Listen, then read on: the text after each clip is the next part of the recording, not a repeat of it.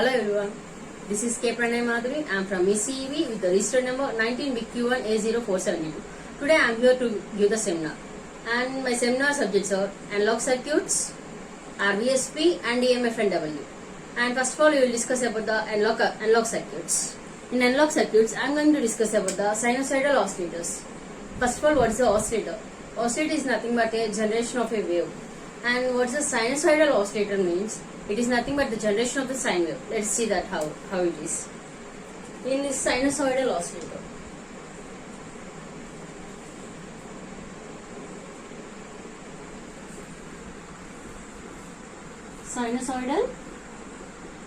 oscillator, oscillator is nothing but the generating a wave.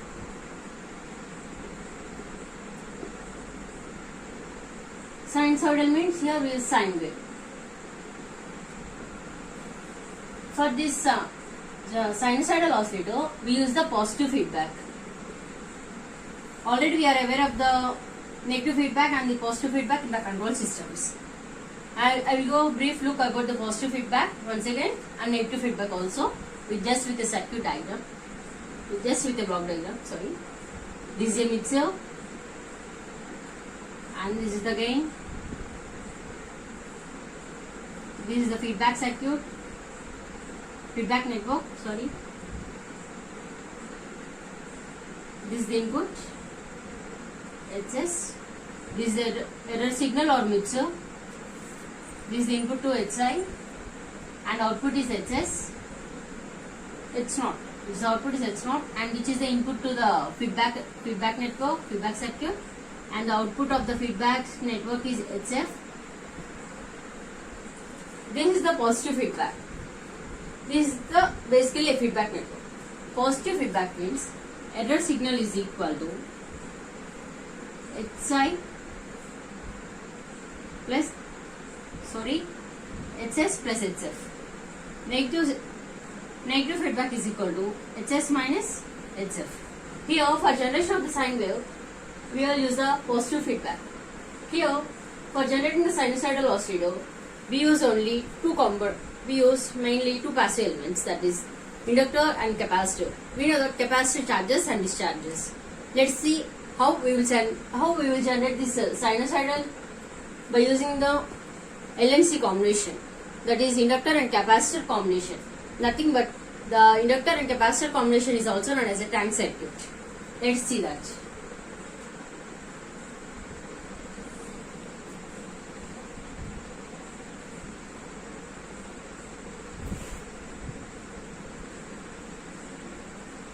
This is the inductor, this is the capacitor. This is nothing but the tank circuit.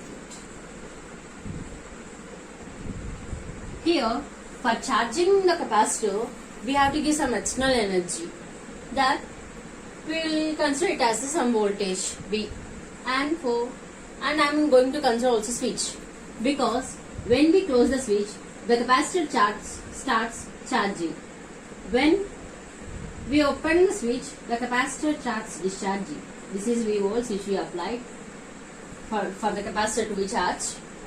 From here, when we close the switch like this,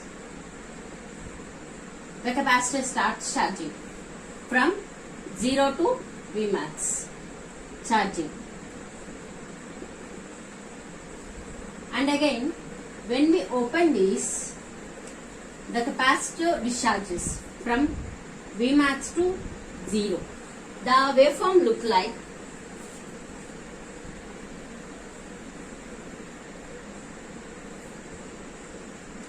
the waveform for first charging. It is from initially we assume that the capacitor charging is 0 volts. Here it is 0 volts. Here it is plus volt. Here minus V.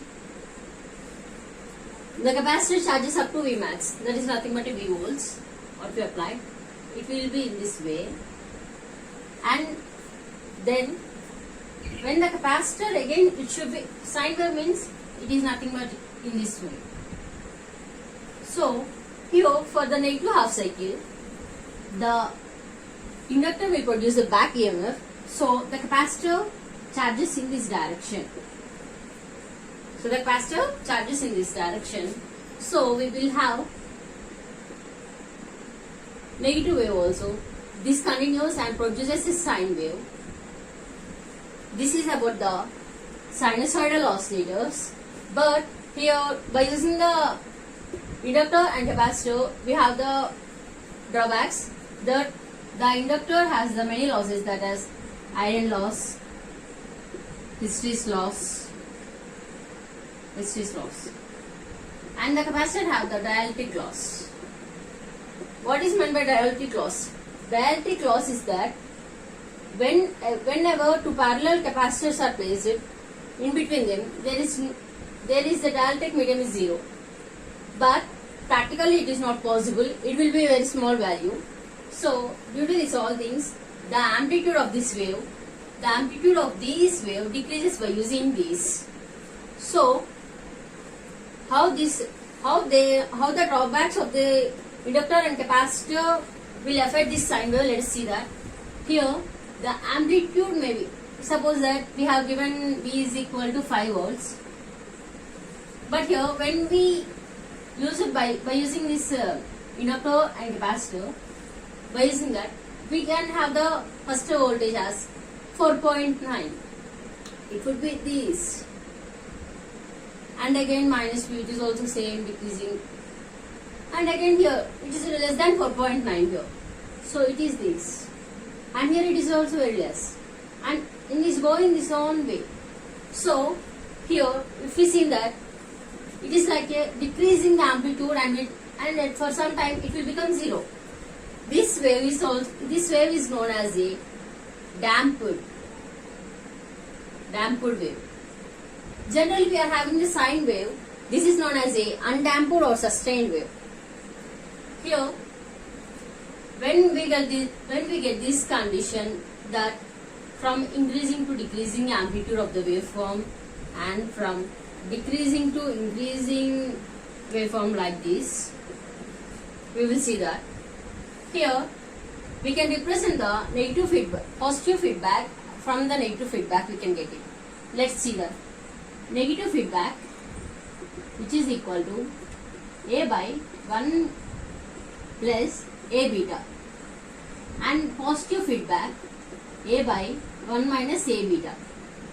So the negative feedback, this negative feedback can be written as AVF is equal to, this is nothing but a voltage gain with the feedback, which is equal to minus A beta.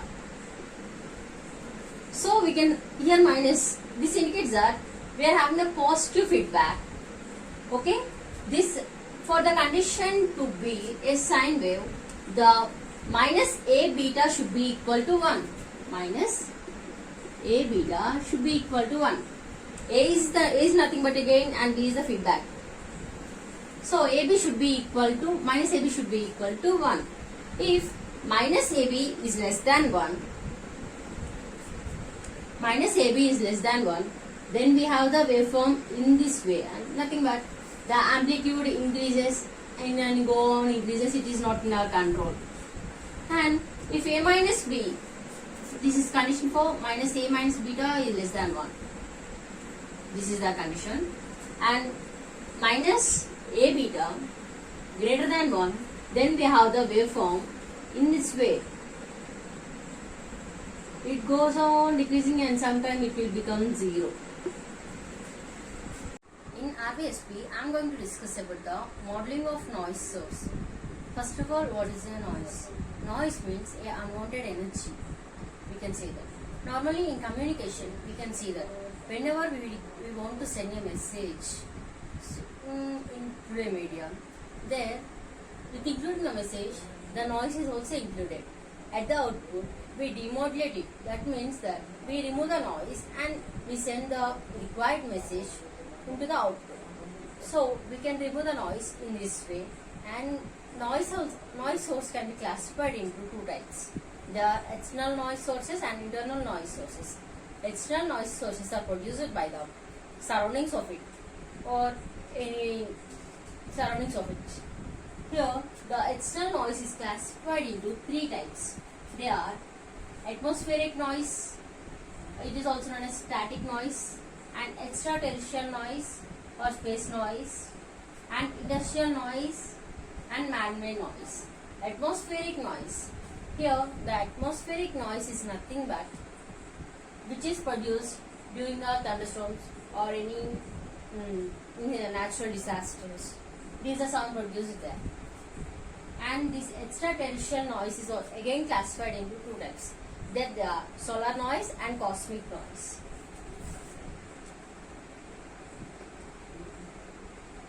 Solar noise and cosmic noise. Solar noise is produced by the sun, and cosmic noise is similar to the solar noise, but this cosmic noise is produced by stars. Industrial noise. In industrial, we can say that we have many industrials. In industrials, we can see that the machines that all produce sound. So that is, or it is also known as man-made noise. When we see any sample, we say nearby any machines nearby us to grind any like normal rice. That all the things. It is an industrial noise, or we can like a big industries. There also they produce a noise, or it is also known as a man-made noise. And internal noise is nothing but it is produced within the system. In electromagnetic fields and waves, I am going to discuss about the sinusoidal variations, or it is also known as a phasor representation. Phasor representation. Sinusoidal variation. First of all, generators. We will see about generators produce the voltages and currents and electric field and magnetic field. Electric field and magnetic field are most of they are in the form of a sinusoidal wave. Sinusoidal in the form. We know that the sinusoidal, it is nothing but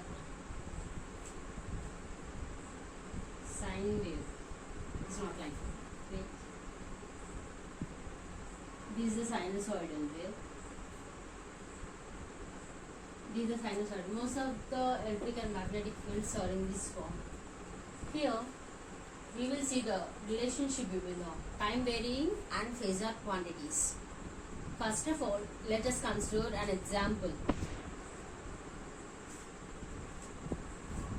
where E is equal to E naught into cos omega t, or we can also consider as E is equal to E naught sin omega t. These equations are saying that the time domain, we should not include the phasor representation. We can avoid the representation in the phasor form. So let's see that the phasor. Let's see the time varying. The time varying is represented by in this model.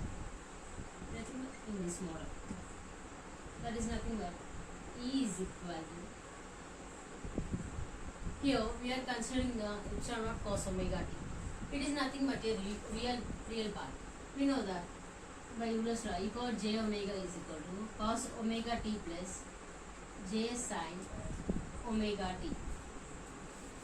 Here this is equal to real part of E power j omega, where this E is known as phasor representation. E is known as phasor representation. This is the time varying field. Let us derive this time varying field, that is with respect to t. d bar by dt is equal to, by differentiating d by dt of real part of E into e power j omega, which is equal to real part of d by dt of E into e power j omega. This is which is equal to j omega into real part of E into e power j omega. What is this real part of E into e power j omega. It is nothing but time varying field. J omega into time varying field, which is equal to v dt. And where we have seen for the magnetic field also, it is similar to this, that is B h bar time varying field, which is equal to j omega of h bar. This is the sinusoidal variation. This is the time relation between the time varying and phasor quantity. Time varying and phasor quantity. This is nothing but the time varying field, and here Vh is equal to modulus of Vh into e power j pi, and here the angle here is 90 degrees. The angle here is right.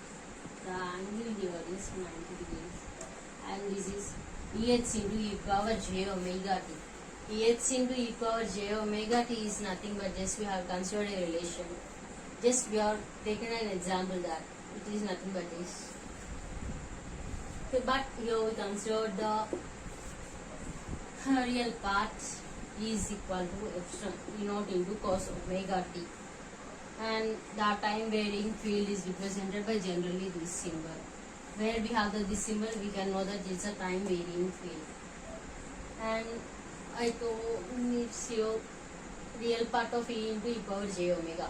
When we derivate this time varying field, we have this real part of E into e power j omega. E into e power j omega derivation is nothing but d by dt of e power at is equal to a into e power at. It is same way applied to j omega. And if we increase the further derivation of it, it looks like d epsilon square by dt square, which is equal to j square omega square into epsilon square. Here j square we already know that it's a minus 1. So it is nothing but time varying field,